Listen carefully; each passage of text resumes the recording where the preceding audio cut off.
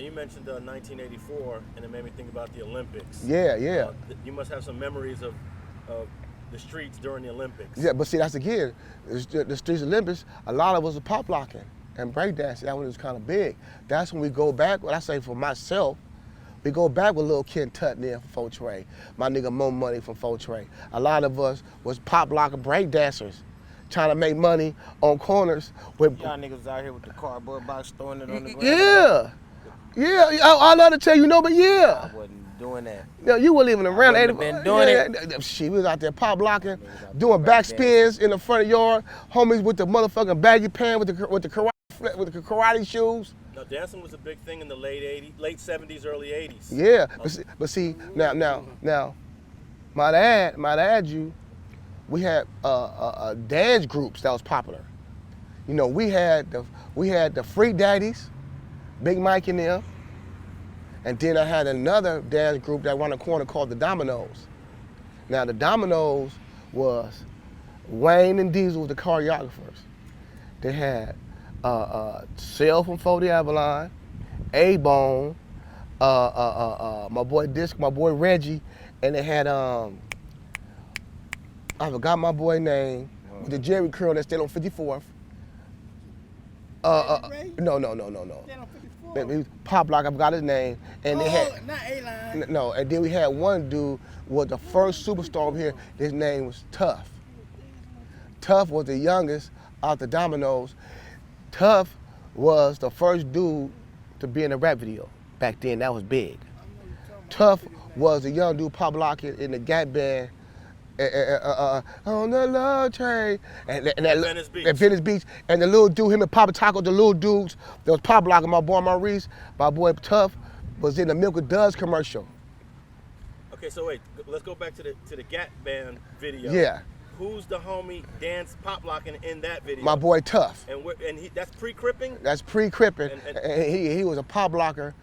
He stayed around the corner from my house, and he was the first young dude ever to really be in a music video. And back then, being in a music video back then was big. And then what did he eventually become after?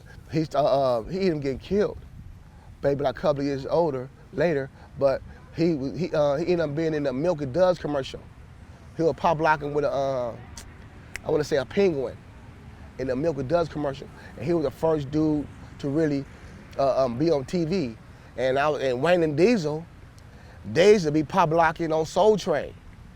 I just tell my grandmama, I know them dudes on Soul Train, and my mama thought I was lying, but she didn't know that them same dudes that was pop locking. My homie Big Ricky Jackson, X-File, they used to dance on Soul Train. So back then, there was a lot of talent around here. And these were all 5 Trey Avalons eventually, or from different areas? Wayne and Diesel didn't bang the choreographers. A-Bone from 40 Avalon, Sel from 40 Avalon, who did the Rip Riders, he was pop locking, and Tuff was claiming 40 Avalons also. So they was pop locking. We had the homie Big Mike and them, 5 Trays, he a pastor now. He had a group called the Freak Daddies. Now Big Mike was like 6'2", with the Jerry curl, look exactly like Michael Jackson before the nose job.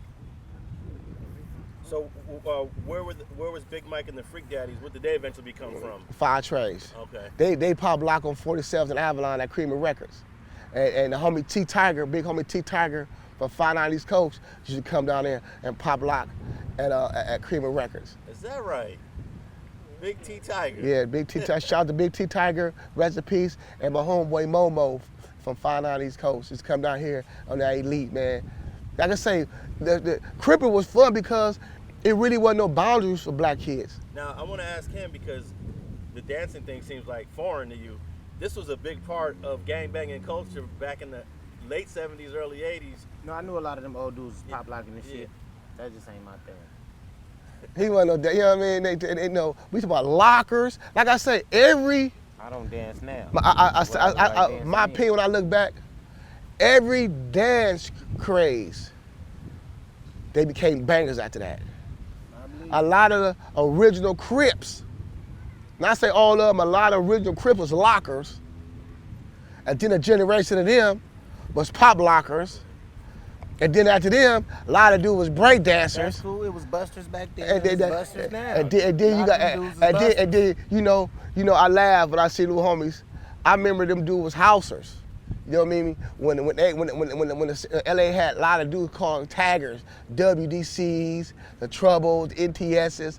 I'm like, cause I remember you dudes running around here with the high top fade, looking like Kid and Play. All of a sudden, South Central Ministry Society, all y'all braided y'all high top fades like old dog. You know what I mean? You remember they had the high top fades, and all of a sudden, they braided it down when they see old dog, and they got to banging. I'm like, cause I remember you 2 years ago, your shit was a high top fade like a Gumby. Then they start banging. Now, do you remember the Michael Jackson video where he actually had real, I believe it was some Broadways? Broadway. So, you can find some pictures of Michael Jackson throwing a crip. Yeah. You know what I mean? Because back then, It was the thing to do. yeah, the crip before there was these car clubs, cripping and blooding, well, cripping mostly. That's what it was. Cripping and hustling. Cripping and dope dealing went hand in hand. When niggas was curb serve, I grew up in the Nissan truck era. Mm-hmm. Shout out to my homeboy Big Jimbo, rest in peace. My homeboy Lil Roy from 40 Avalons and the homie Big Bobo and them. Mm-hmm. Bro, and Hot Shop in Broadway, them dudes had some sounds.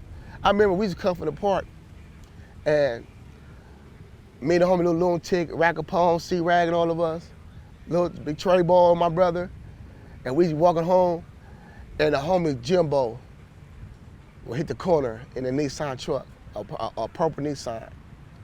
And I know at least myself, I used to be like amazed on how far he can be ahead of us that we're still hearing his music.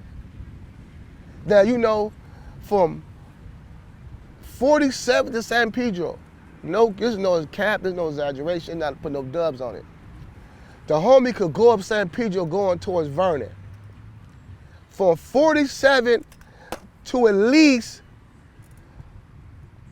42nd, that you could still hear the music behind the Nissan truck. Like 7 to 8 blocks. And the only reason that you wouldn't hear it no more because when you got to Gibber Lindsay, the San Pedro made a curve. And to all that, the Nissan truck used to come by and rattle your windows, bro. To where you could be in traffic and the Nissan truck would overpower the ambulance.